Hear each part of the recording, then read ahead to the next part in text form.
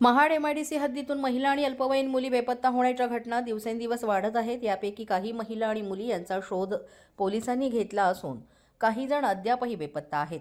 महाड तालुक्यातील ढालकाठी येथून एक 23 वर्षीय विवाहित महिला बेपत्ता झाल्याची घटना नुकतीच घडली आहे। करिश्मा रमेश पवार असं बेपत्ता झालेल्या महिलेचं नाव असून दिनांक 25 फेब्रुवारी रोजी करिश्मा पवार घरातून कोणासही काही एक न सांगता निघून गेली।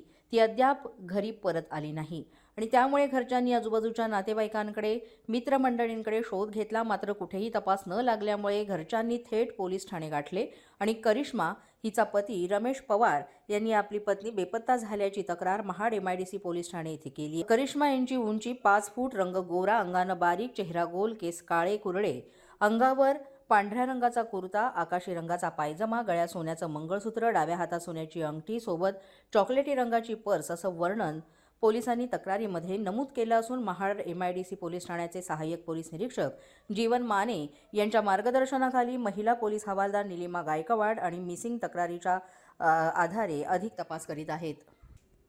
जागृत महाराष्ट्र न्यूज, रामदास चव्हाण, महाड, रायगड।